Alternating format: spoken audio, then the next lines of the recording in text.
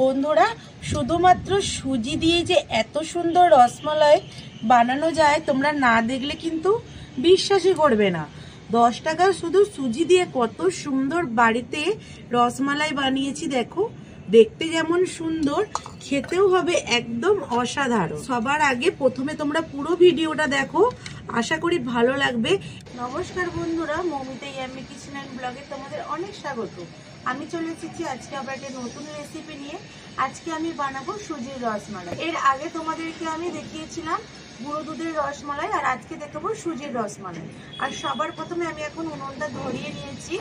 প্রথমে আমার উনুনেরই কাজ রয়েছে। আর আজকে যে সুজির রসমালাইটা বানাবো খুবই সুন্দর হয় খেতে, একদম দোকানের মতো। তোমরা দেখলেই বুঝতে পারবে যে কতটা সুন্দর হয়েছে আজকের এই সুজির রসমালাই রেসিপিটা। তার জন্য তোমরা পুরো ভিডিওটা দেখো, আশা করি ভালো লাগবে। এখানে উনুনটা ধরিয়ে আমি কড়া বসিয়ে দিয়েছি। আর কড়াতে এখন সবার প্রথমে দিয়ে দেবো চিনি। চিনিটাকে আজকে আমি ক্যারামেল বানিয়ে নেব, যাতে কালারটা খুব সুন্দর আসে। সেই জন্য ক্যারামেলটা বানালে একদম আঁচটা কম রাখতে হবে। আঁচ বেশি ধরিয়ে দিলে ক্যারামেলটা ভালো হবে না, কালো হয়ে যাবে আর তখন তিতো হয়ে যেতে পারে। একদম হালকা আঁচে এই চিনির ক্যারামেলটা বানিয়ে নিতে হবে।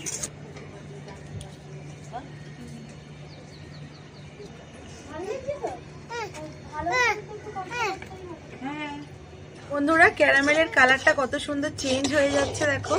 এইভাবে একদম হালকা জালে এই ক্যারামেলটা বানিয়ে নিতে হবে। যেইরকম কালারটা করতে যাও সেই রকম এখানে কালারটা বানিয়ে নিতে পারো। এখানে কালারটা একটু ব্রাউন কালারের করব, সেই জন্য আমরা আরেকটু কালারটা চেঞ্জ হবে। এখনো আমার চিনিগুলো পুরোপুরি গলেনি। চিনির কালারটা আমার কত সুন্দর চলে এসছে, চিনি নয় ক্যারামেলের কালারটা। এইবারে আমি এখানে দিয়ে দেব পরিমাণ মতো দুধ। আমার কালারটা ব্রাউন কালারের এসে গেছে।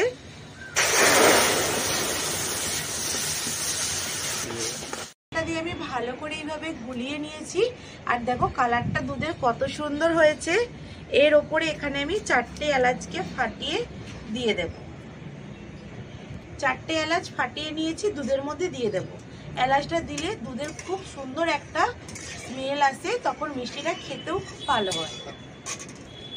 রসমালাইয়ের এই মালাইটা একটু ঘন করার জন্য এখানে আমি আমুলের গুঁড়ো দুধ নিয়েছি, এটা দিয়ে দেব। আর এইভাবে আমি গুলিয়ে নেব। প্রথমে আমি চিনি দিয়ে ক্যারামেলটা বানিয়েছিলাম, আর এখন গুঁড়ো দুধ দিয়েছি। গুঁড়ো দুধটা দিলেও দুধটা অনেকটা মিষ্টি হয়ে যায়। এখানে আমি অল্প একটু চিনি দিয়ে দেব। চিনির বদলে তোমরা এখানে কাস্টার্ড মিল্কও দিতে পারো, তাহলেও চিনিটা দিতে লাগবে না, কাস্টার্ড মিল্কটা দিলেই হয়ে যাবে। মালাইটা এখন আমার অনেকটা ঘন হয়ে গেছে। বেশি ঘন করলে আবার তখন মিষ্টির ভেতরে এই মালাইটা ঢুকবে না। এটাকে এখন আমি নামিয়ে নেব।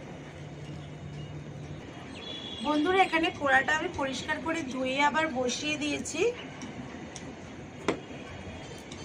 এর মধ্যে দিয়ে দেব এখন আমি 1 চামচ ঘি। এখানে আমি 1 চামচ ঘি দিয়ে দিচ্ছি। ঘিয়ের বদলে তোমরা এখানে বাটার ব্যবহার করতে পারো বা সাদা তেলও দিতে পারো, কিন্তু ঘিটা দিলে একটা খুব সুন্দর একটা গন্ধ আসে ঘি বা বাটারে। সাদা তেলে ঠিক এই জিনিসটা আসে না। সুজির রসমালাইয়ের জন্য এখানে আমি 1 কাপ সুজি নিয়েছি। চা খাওয়া কাপ সবার বাড়িতেই রয়েছে, এই কাপ মেপে আমি 1 কাপ সুজি নিয়ে নিয়েছি। সুজিটা এখন ভালো করে হালকা করে ভেজে নেব, যাতে না এটা লাল হয়ে যায়। এটা এরকম সাদাই থাকবে। একদম আঁচটা কম করে ঘিয়ের সাথে ভালো করে এটাকে আমি ভেজে নেব। সুজির একটা কাঁচা গন্ধ তাহলে আর থাকবে না। বন্ধুরা, এখানে আমার সুজিটা ভাজা হয়ে গেছে। যতটা আমি সুজি নিয়েছিলাম ঠিক তার ডবল দিয়ে দেব লিকুইড দুধ। এখানে আমি নিয়েছিলাম 1 কাপ সুজি, এখানে আমি দিয়ে দেব 2 কাপ দুধ। এখানে বেশি দুধ দেবে না, তাহলে সুজিটা খুবই নরম হয়ে যাবে, তখন মিষ্টিটা বানালে একটু অসুবিধে হতে পারে। যতটা সুজি নেবে তার মাপটা নেবে একদম তার ডবল দুধের মাপটা। এটা এখন আস্তে আস্তে আমি এইভাবে করে করে দিয়ে মিশিয়ে নেব। এখন আমি এখানে দিয়ে দেবো পরিমাণ মতো একটু চিনি। বন্ধুরা, এখানে আমি 2টো এলাচের দানা বের করে নিয়েছি, এটা এখন সুজির মধ্যে দিয়ে দেব। এখানে আমার সুজিটা একদম কড়া থেকে ছেড়ে আসছে, দেখো এই অবস্থাতে আমি এখন ডোটা নামিয়ে নেব। বন্ধুরা, সুজির ডোটা আমার অনেকটা ঠান্ডা হয়ে গেছে, আর খুব বেশি ঠান্ডা করলেও হবে না।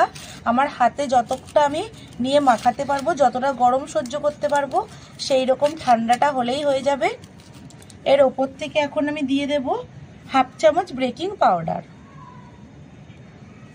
বেকিং পাউডার দিয়ে আমি খুব ভালো করে এটা মাখিয়ে নেব। খুব ভালো করে আমি এই ডোটাকে মাখিয়ে নিয়েছি, আর গাটা দেখো কত সুন্দর স্মুথ হয়ে গেছে। এইভাবেই মাখিয়ে নিতে হবে। আর এখন আমার হাতে একটুকু জড়িয়ে যাচ্ছে না, আর থালাতেও দেখো জড়িয়ে যাচ্ছে না। এইবার এগুলো আমি রসমালাইয়ের শেপটা দিয়ে নেব। এইভাবে একটু ডো নেব, ভালো করে এটাকে এইভাবে মুথে নেব, দু হাতে করে এটাকে গোল করে নেব। এইভাবে আমি চ্যাপটা চ্যাপটা করে বানিয়ে নেব। তোমরা তোমাদের মতো শেপটা দিয়ে নিতে পারবে।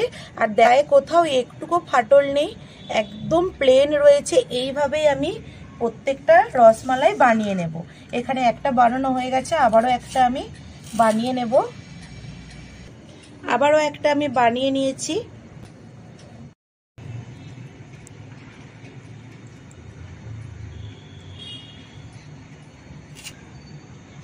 বন্ধুরা, এখানে মিষ্টিগুলো এই যে আমি এইভাবে সব বানিয়ে নিয়েছি। দেখো কত সুন্দর আর কতগুলো মিষ্টি হয়েছে মাত্র 1 কাপ সুজিতে।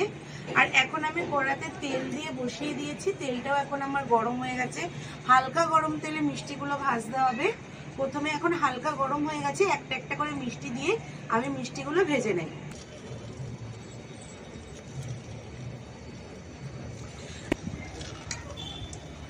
মিষ্টিগুলো বন্ধুরা আমি দুবার দিয়ে ভাজবো, একবারে সব দিয়ে দেব না।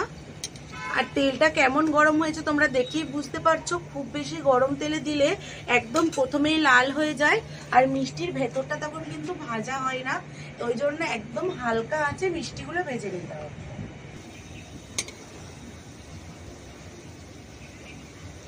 বন্ধুরা, এগুলো এবার উল্টে পাল্টে আমি গোল্ডেন কালার করে ভেজে নেব।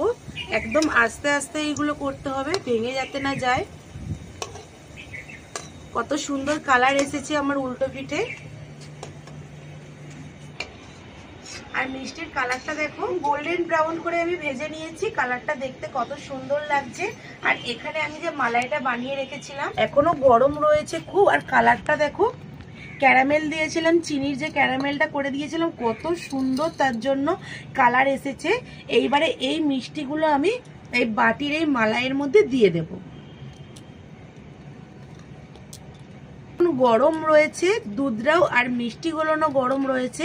এই গরম অবস্থাতেই কিন্তু দিতে হবে, গরম দুধের মধ্যে, তবে রসটা পুরো ঢুকবে। রসটা মানে মালাইটা পুরো মিষ্টির মধ্যে ঢুকে যাবে। বন্ধুরা, মিষ্টিগুলো দেখো কত সুন্দর লাগছে দেখতে। এইভাবেই আমি এটা 1 থেকে 2 ঘন্টা চাপা দিয়ে রেখে দেবো পুরোপুরি। তখন এই ভেতরে মিষ্টির মধ্যে এই মালাইটা তখন পুরো ভরপুর ঢুকে যাবে, আর তখন খেতেও খুব সুন্দর লাগবে। মিষ্টিগুলো ফুলেও যাবে অনেকটা। এখন এটা চাপা দিয়ে আমি রেখে দেবো প্রায় 1 থেকে 1.5 ঘন্টার মতো। বন্ধুরা, শুধুমাত্র সুজি দিয়ে যে এত সুন্দর রসমালাই বানানো যায় তোমরা না দেখলে কিন্তু বিশ্বাসই করবে না। 10 টাকা শুধু সুজি দিয়ে কত সুন্দর বাড়িতে রসমালাই বানিয়েছি। দেখো দেখতে যেমন সুন্দর, খেতেও হবে একদম অসাধারণ। ওপর থেকে এখানে আমি কিছু ড্রাই ফ্রুটস নিয়েছি। এখানে পেস্তা বাদাম দিয়েছি শুধু আমি। তোমরা চাইলে আরো অনেক রকমের ড্রাই ফ্রুটস দিয়ে সাজিয়ে নিতে পারো। 1 ঘন্টা আমি 10 মিনিট রেখেছিলাম। 1 ঘন্টা 10 মিনিট রাখাতেই আমার এটাতে পুরো রসমালাইটা ঢুকে গেছে। আর দেখো দেখতে কত সুন্দর লাগছে। ওপর থেকে একটু পেস্তা বাদাম ছড়িয়ে দিয়েছি যাতে দেখতে আরো সুন্দর লাগে। দেখো মিষ্টিগুলো কত সুন্দর ফুলেছে। রসটা ঢুকার পরে আমি তোমাদেরকে একটা কেটে দেখাবো, ভেতরটা কত সুন্দর নরম তুলতুলে হয়েছে। বন্ধুরা, এটা একটু কেটে তোমাদেরকে দেখাবো ভেতরটা কত সুন্দর নরম। এরকম চাপ দিতেই কিন্তু মিষ্টিটা কাটা হয়ে গেল। আর এই দেখো কত সুন্দর হয়েছে, একদম নরম তুলতুলে, মুখে দিলেই মিলিয়ে যাবে। কতটা নরম হয়েছে তোমরা দেখেই বুঝতে পারছো। তোমরা এটা যদি 2 ঘন্টা রাখতে পারো তাহলে কিন্তু আরো রসটা ঢুকে যাবে। আজকে আমি রেসিপিটা এখানেই শেষ করছি। ভালো লাগলে অবশ্যই একটা লাইক করে চ্যানেলটা সাবস্ক্রাইব করে আমার পাশে থাকবে। আবার দেখা হবে নতুন কোনো রেসিপি নিয়ে। আর এইরকম ভালো ভালো রেসিপি দেখার জন্য অবশ্যই তোমাদেরকে আমার চ্যানেলটা সাবস্ক্রাইব করতে হবে। যারা নতুন বন্ধুরা দেখছো তারা তাড়াতাড়ি আমার চ্যানেলটা সাবস্ক্রাইব করে দাও, সবার আগে তোমাদের কাছে পৌঁছে যাবে। দেখা হবে নতুন কোনো রেসিপি নিয়ে, ততক্ষণে টাটা।